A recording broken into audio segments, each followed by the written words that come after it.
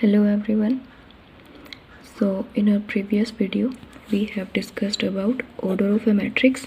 Now we will learn how to describe the position of elements in a matrix and what are the different type of matrices we have. So let's get started. For example, हमने कोई 3x3 order की एक matrix ली है. That means this matrix have 9 elements. 3x3 means it has 3 rows and 3 columns. So अगर आपसे कोई पूछने लगे कि what is the position of 5 in the given matrix, तो आप कैसे बताओगे कि इसकी पोजीशन कितनी है. सो हम क्या करेंगे, हम देखेंगे कि 5 जो है वो row wise and column wise कहाँ पर है. So we can see that this is first row, this is our second row. तो सेकेंड रो में and by column wise this is first row, sorry this is first column and this is second column. So हमारे पास position निकल के आती है 5 जो है वो सेकेंड रो में सेकेंड कॉलम वाली पोजीशन पर है. तो हम क्या कहेंगे, पोजीशन ऑफ 5 इज A22. ठीक है. सिमिलरली अगर मैं कहूँ what is the position of 1, तो हम कहेंगे first row first column. So position of 1 is A11. That means 1 1 first row first column.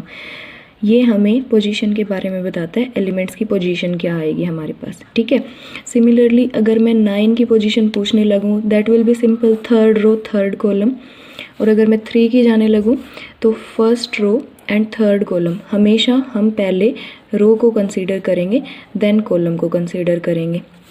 तो आपके लिए एक क्वेश्चन रहेगा कि एक मैट्रिक्स मैं बना रही हूँ दैट इज़ 2x2 की मैट्रिक्स 4 3 7 9. तो आप मुझे इसमें 4 और 7 की पोजीशन निकाल कर बताएंगे क्या होगी.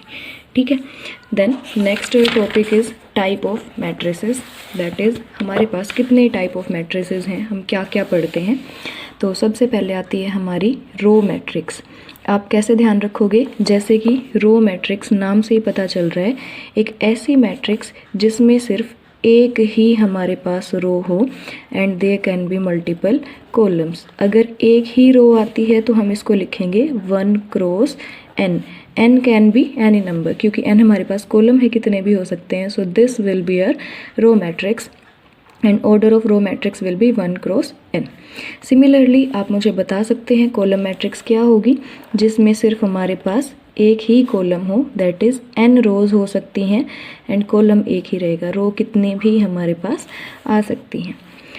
तो अब यहाँ पर आती है रेक्टेंगुलर मैट्रिक्स. नाम से ही पता चल रहा है, हमने बचपन में बहुत बार पढ़ा है कि एक रेक्टेंगल क्या होती है. तो रेक्टेंगल एक ऐसी शेप होती है हमारे पास जिसकी लेंथ और ब्रेथ दोनों क्या होती हैं, अलग अलग होती हैं. तो हम यहाँ पर क्योंकि मैट्रिक्स में पढ़ रहे हैं तो हम कहेंगे जिसकी रोज एंड कॉलम्स मैच ना करें. For example any matrix of order 2x3 3x7 any order, but these two should not be same. So that will be said two rectangular matrix. And यहाँ पर एक नया एग्जांपल आता है दैट इज स्क्वायर मैट्रिक्स. अब square matrix क्या होती है, स्क्वायर मैट्रिक्स एक ऐसी मैट्रिक्स है जिसके ऑर्डर सेम हो जाते हैं. हम पढ़ते हैं ना कि स्क्वायर मैट्रिक्स क्या होती है, स्क्वायर क्या होता है, जिसमें लेंथ और ब्रेथ दोनों सेम हो जाएं. तो सेम मैनर में यहाँ पर भी जिसके रोज और कॉलम्स दोनों सेम हो जाते हैं उसको हम क्या कहेंगे, एक स्क्वायर मैट्रिक्स.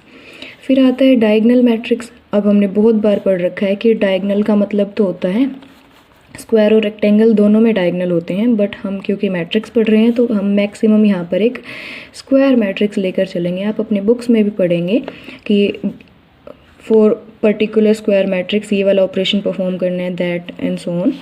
तो ये हमारे पास फॉर एग्जांपल एक स्क्वायर मैट्रिक्स है m क्रॉस m की. क्योंकि डायगनल मैट्रिक्स इसका नाम है तो सिर्फ हमें डायगनल की एंट्रीज मिलेंगी, डायगनल के एलिमेंट्स मिलेंगे और बाकी सारी वैल्यूज़ क्या हो जाएंगी हमारे पास 0. ठीक है.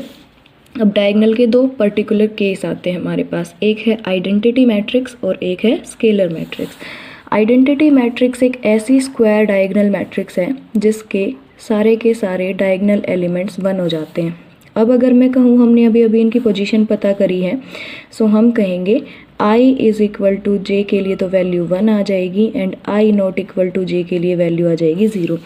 क्योंकि मैं कह रही हूँ ये a i j एलिमेंट है, किसी भी मैट्रिक्स को हम एक कैपिटल लेटर से डिनोट करते हैं और ऐसे उसकी नोटेशन दी जाती है AIJ, और यहाँ पर हो जाएगा I क्रॉस J। जितने भी ऑर्डर की वो मैट्रिक्स है, लाइक 2 क्रॉस 3 की है, जितना तक भी हमें जाना है वहाँ तक हम शो करेंगे, ठीक है। तो आइडेंटिटी डायगोनल का ही स्पेशल केस है, तो बाकी सब एलिमेंट्स 0 बट डायगोनल वाले 1 1 हो जाएंगे, ठीक है। देन आता है हमारे पास स्केलर मैट्रिक्स। अब इन दोनों में डिफरेंस क्या है? स्केलर का ही एक पर्टिकुलर केस आइडेंटिटी है, बट स्केलर में क्या होगा, स्केलर में यहाँ डायगोनल वाली पोजीशन पर कुछ भी एलिमेंट आ सकता है, ठीक है। तो यहाँ 1 1 1 भी हो सकता है, कोई बात नहीं है। लेकिन स्केलर क्या है, स्केलर का मतलब है कि कोई एक k नंबर आ जाएगा, that is k into identity. अगर हम बात कर रहे हैं तो वो एक स्केलर मैट्रिक्स